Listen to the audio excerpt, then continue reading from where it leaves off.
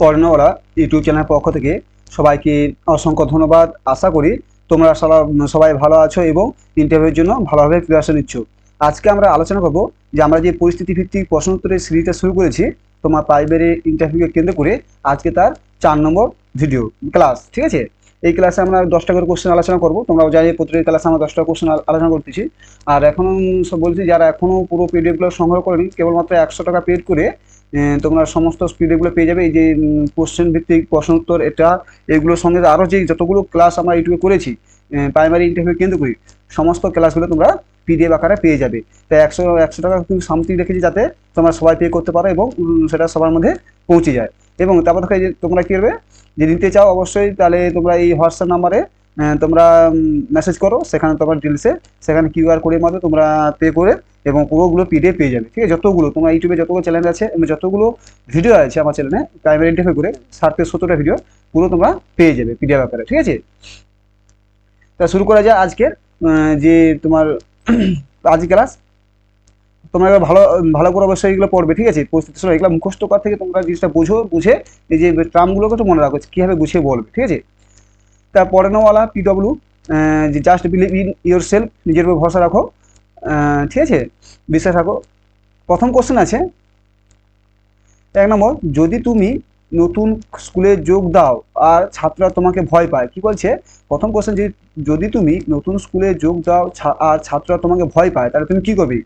আমি প্রথম দিন গল্প, খেলা, গান বা ছবি দিয়ে তাদের সঙ্গে বন্ধুত্ব করব। তারা যেন আমাকে ভয় নয় ভরসা করে দেখে, সেটাই আমার লক্ষ্য। তাহলে প্রথম কী দেবে, তাদের ভয় পায়, প্রথম তুমি ক্লাস গেছো তারা ভয় পায় না, গল্প, ছড়া, খেলা, গান ইত্যাদির মাধ্যমে ভরসা করে তাদের বিশ্বাস জাগাতে হবে। 2 নম্বর কোশ্চেন, যদি কোনো ছাত্র ইংরেজি বলতে ভয় পায়, তাহলে কী হবে? আমি বলবো, ভয় পেও না, ভুল করলেও আমি সাহায্য করব। আমি ছোট ছোট সহজ শব্দ দিয়ে শুরু করব, যেমন good morning, thank you, yes ma'am ইত্যাদি। এতে তার আত্মবিশ্বাস বাড়বে। 3 নম্বর কোশ্চেন, যদি ক্লাসে কেউ খুব চুপচাপ ও একা থাকে, যদি ক্লাসে কেউ খুব চুপচাপ এবং ও একা থাকে, তাহলে কী করবে?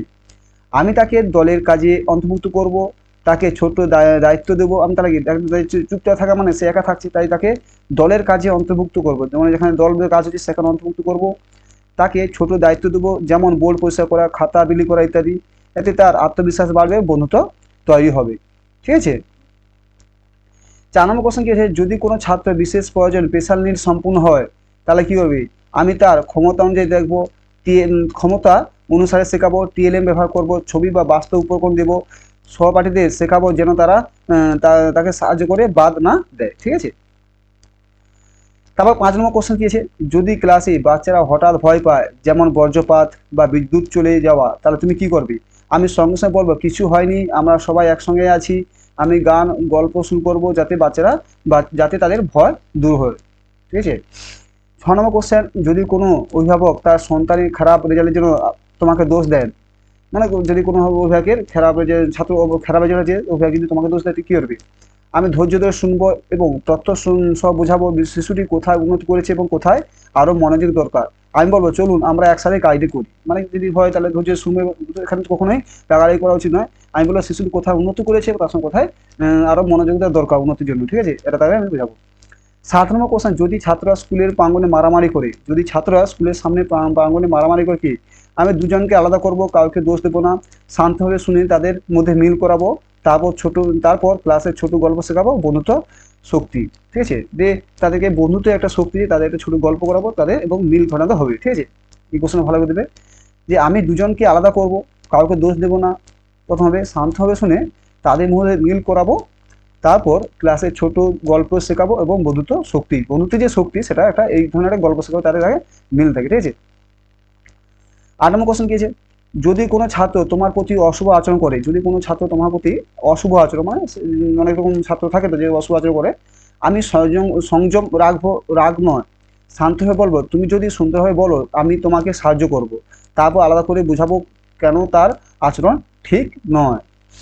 9 নম্বর কোশ্চেন, যদি হেড টিচার বলে হঠাৎ করে তোমাকে ডেমো ক্লাস নিতে হবে, তাহলে কি করবে? আমি আত্মবিশ্বাসের সঙ্গে বলবো, অবশ্যই আমি প্রস্তুত।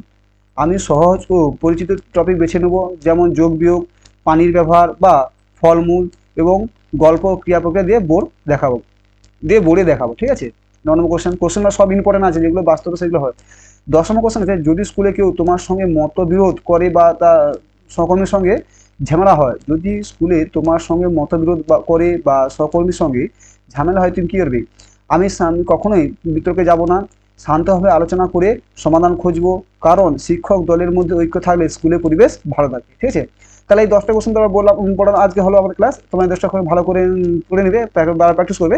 এবং দেখো তোমাদের বলছি বারবার যে তোমরা ভালোভাবে পড়বে, ঠিক আছে। আর যদি অবশ্যই নোটটা নিতে চাও, তাহলে তোমরা 100 টাকা পে করে এই তোমার এই হোয়াটসঅ্যাপ নাম্বারে অবশ্যই তোমরা মেসেজ করো, সেখান থেকে তোমরা পেয়ে যাবে। আজকে আমরা 4 নম্বর ক্লাস করি, পরের দিন আমরা 5 নম্বর পুরো 10টা সিরিজ আমরা করবো, যেখানে তোমাদের 100টা কোশ্চেন কমপ্লিট হয়ে যাবে। আশা করি 100টা কমপ্লিট করে তোমাদের একটা বেসিক আইডিয়া পেয়ে যাবে, সিচুয়েশন ভিত্তিক কোশ্চেনগুলো তোমাদের পুরো কমপ্লিট হয়ে যাবে। ঠিক আছে, থ্যাংক ইউ। যে চ্যানেলটা ভালো লাগে অবশ্যই সাবস্ক্রাইব করো, লাইক করো, বন্ধু শেয়ার করো। Thank you.